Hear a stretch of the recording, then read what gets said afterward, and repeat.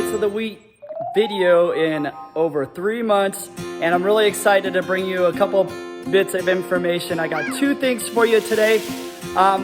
The first thing I want to announce is the long-awaited Winepalooza that Gus is going to be hosting, and that's going to be next month, July 8th. So that's a Wednesday, July 8th, and at about 5:30, 5:45 in the upper room here, unless we get a lot of you to come, and then we're gonna have to social distance probably in the ballroom.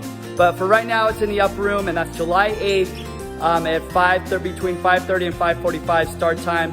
We'll get some pizza and enjoy some really good wines. I'm really excited about the wines that Gus is gonna go over. The already introduced and released Malbec and Petite Sirah that are doing really, really well.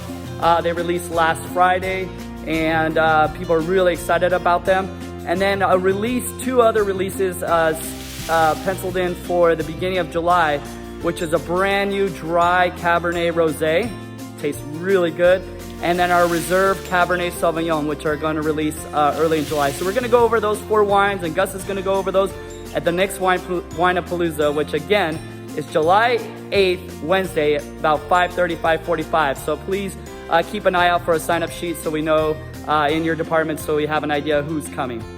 The second thing I have for you is just an idea of how we're transitioning and what is open and what's going on specifically as it relates to the tasting room here and the upper room. So starting this week, we have opened the upper room back to a wine club lounge, so with social distancing. So we're no longer doing the food and wine experience in this room like we had been doing the last month or so, but instead this is going to, or is now, the wine club lounge as it was before.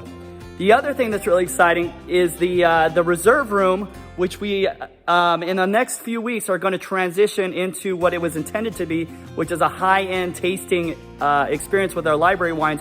We're going to continue this weekend, and probably for the next 2 weekends, the food and wine tasting experience, supplemental experience that we've had here when we reopen. So that's going to continue on. We're taking reservations. Seating is limited, so it's closing out fast, but guests are able to come up for the next 2 weekends, Friday, Saturday, not today, but Saturday and Sunday, and then Friday, Saturday, and Sunday next week to continue the existing food and wine tasting experience. So they're mandated to buy food, which there's a food menu, which is also available here in the upper room lounge.